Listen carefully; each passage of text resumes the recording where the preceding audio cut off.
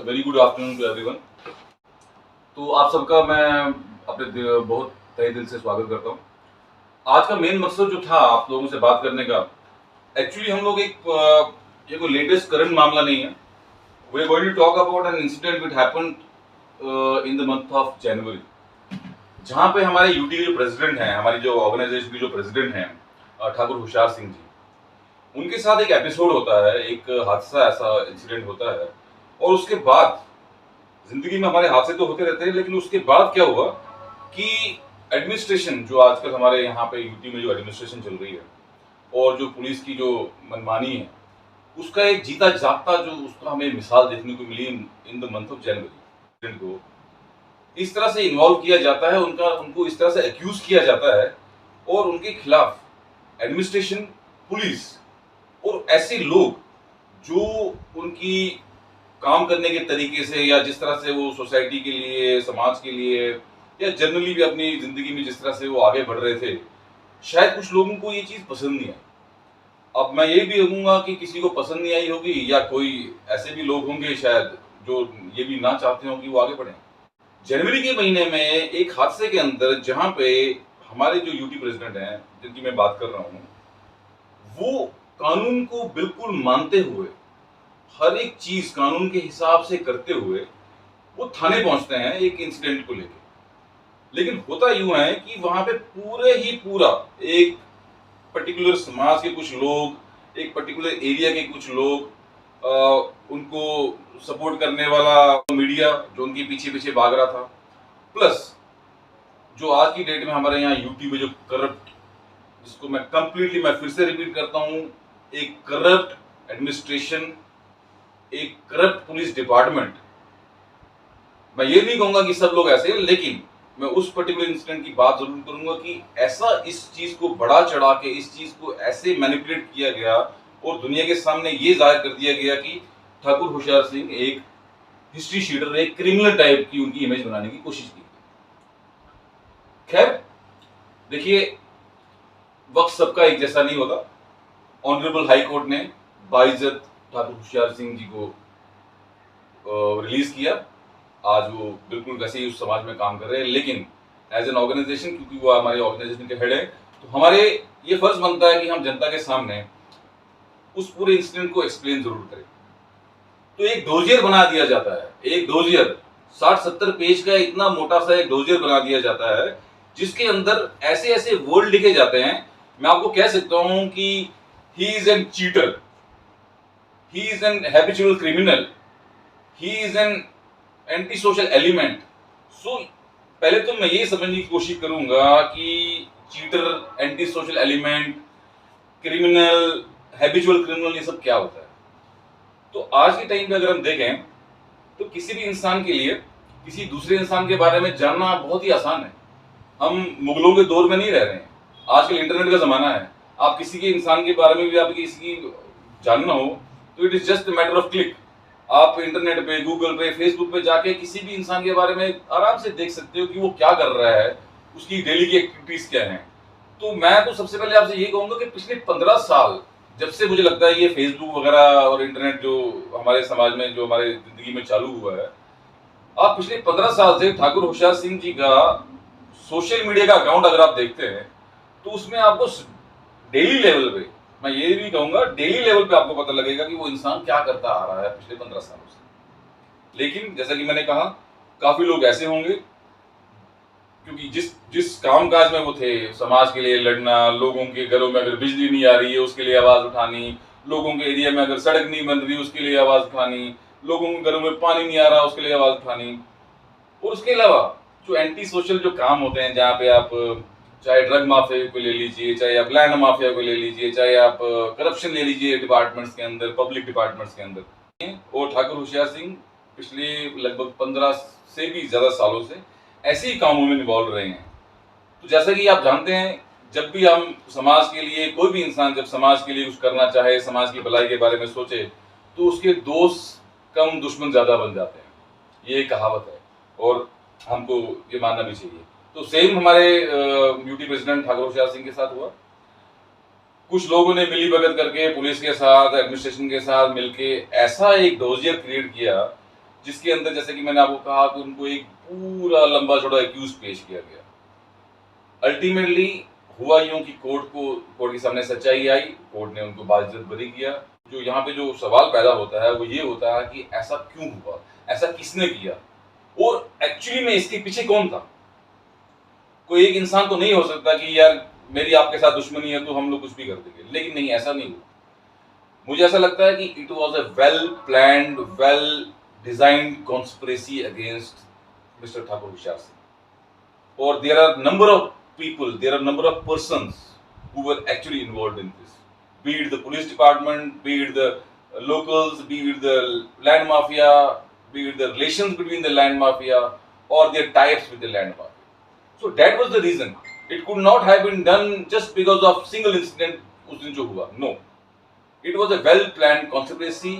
उसके बाद when जब कोर्ट ने उनको एक बेल दे दी, बेल पे उनको रिलीज होना था, he was suppose to come home, but suddenly एक ऐसा कानून जिसको आजकल पुलिस डिपार्टमेंट में अपना सबसे, मैं ये कहूंगा कि सबसे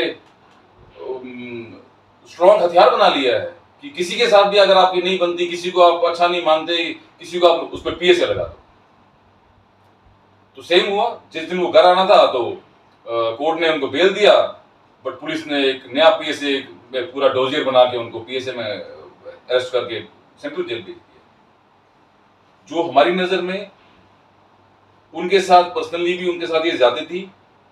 it was completely injustice to this person and it was completely against the human rights of a person.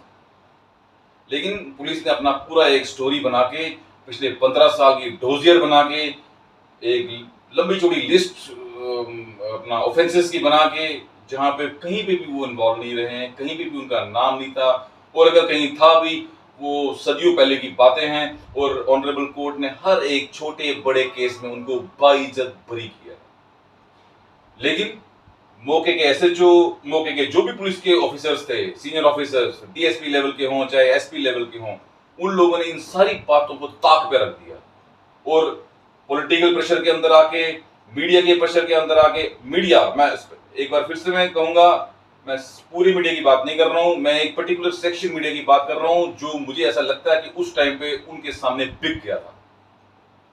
उस मीडिया के इन्फ्लुएंस में आके, पर्टिकुलर एक ग्रुप की इन्फ्लुएंस में आके, उन ऑफिसर्स ने अपने फर्ज को साइड पे रखते हुए, सच्चाई को साइड पे रखते हुए, बिल्कुल उसकी तरफ ध्यान ना देते हुए, कोर्ट ने क्या इंस्ट्रक्शंस दिए हैं, कोर्ट ने क्या ऑर्डर्स दिए हैं, कोर्ट ने अपने ऑर्डर्स में किसको रिलीज किया है, किसको बेल आउट किया, किसको क्या किया, बिल्कुल कुछ नहीं माना।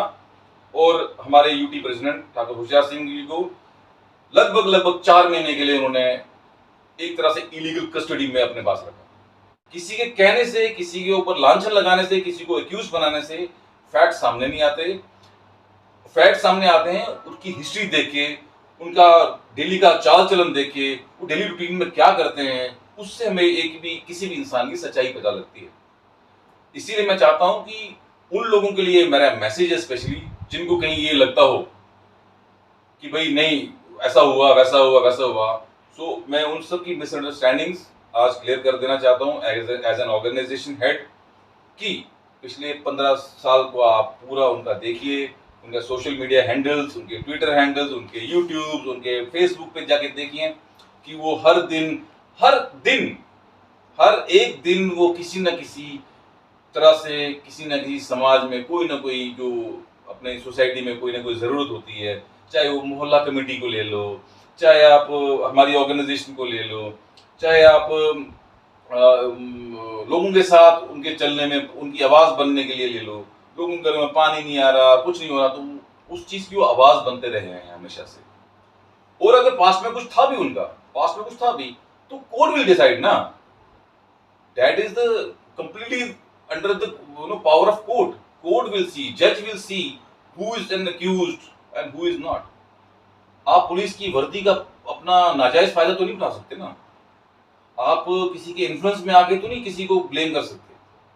सो अल्टीमेटली मैं आपसे यही कहना चाहूंगा कि इस एपिसोड को लेके एज एन ऑर्गेनाइजेशन भी हमने ये डिसाइड कर लिया है, हालांकि अब तो वो बाइज्जत बरी हैं, हमारे साथ हैं, लेकिन एज एन ऑर्गेनाइजेशन हमने ये डिसाइड किया है कि every single point will be taken to the course of law.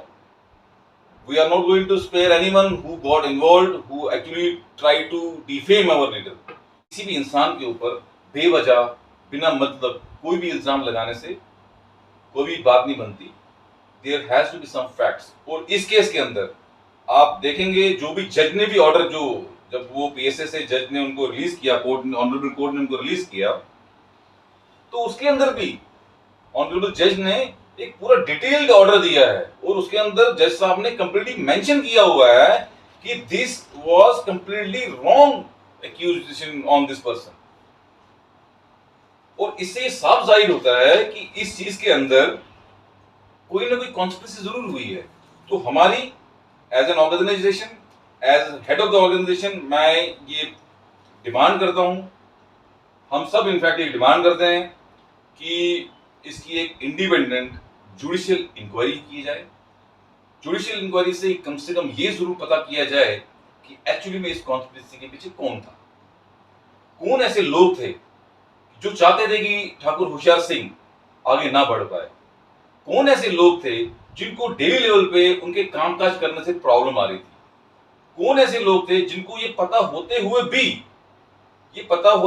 भी कि वो इस चीज में इन्वॉल्व है ही नहीं, वो कहीं था ही नहीं, लेकिन फिर भी उसको मीडिया के सामने, समाज के सामने ऐसे पेश करने की कोशिश की गई मानो वो बहुत बड़ा क्रिमिनल हो.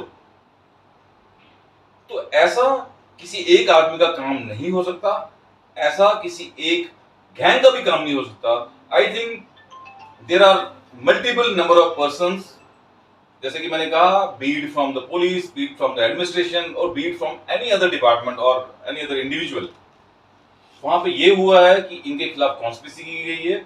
और मैं ये चाहता हूं, हम लोग ये डिमांड करते हैं एडमिनिस्ट्रेशन से, ऑनरेबल लेफ्टिनेंट गवर्नर साहब से, कि इसकी एक इंडिपेंडेंट, इम्पार्शियल जुडिशियल इंक्वायरी की जाए और उसमें ये फैक्ट्स को सामने लाया जाए कि एग्जैक्टली इसके पीछे कौन था. नहीं, ये एक आम इंसान के साथ इनजस्टिस है और उसके ह्यूमन राइट्स, जो उसके अपने मौलिक अधिकार है, उनका हनन है. तो मैं गुजारिश करूंगा सतीश जी, आप भी अगर कुछ कहना चाहें प्लीज.